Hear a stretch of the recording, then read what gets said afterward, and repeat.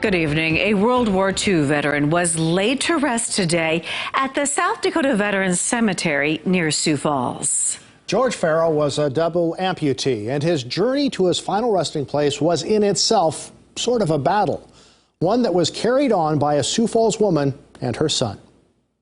Near the end of his life, with no family and no close friends, George Farrell came to value his friendship with Dorothy Allstott at a senior housing community where they both lived. And that's where Dorothy's son, Tom, got to know him too. George was a double amputee, and he kind of needed some help, and my mother was volunteering her time with him to kind of help him, his quality of life be better. And they became really good friends.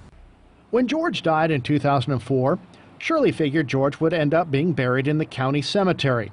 So she called the funeral home and talked them into giving her his ashes. The years went by and Tom's mom developed Alzheimer's. Then I took the remains into my home. And my original plan was to bury him out at the National Honor Cemetery, Veterans Cemetery in Sturgis. But the government red tape was daunting. Nobody seemed able to help. Finally, after a year and a half of phone calls and paperwork, with the help of a fellow veteran who knew how to navigate the bureaucracy, the South Dakota Veterans Cemetery near Sioux Falls said they had a place for George on September 3rd. Pastor Zach Ochoga came to help his friend bury George today. He feels Tom's mission is a sign of respect to all veterans. And it's a supreme example, I would say, of loving your neighbor and paying back or saying thank you in a very significant way to our veterans. Because of cemetery policy, we couldn't be there today. As Tom completed his mission at the South Dakota Veterans Cemetery, he told us what's in his heart.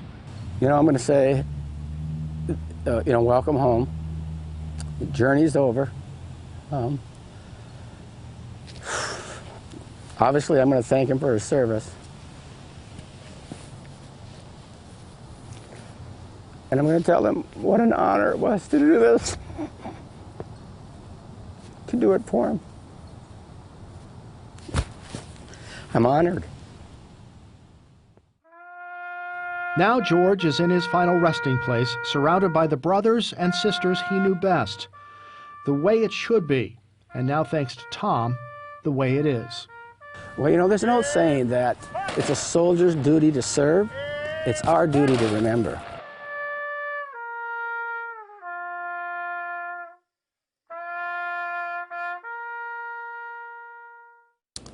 Allstott says if you don't have a veteran to visit at the cemetery, he would encourage you to stop by George's grave.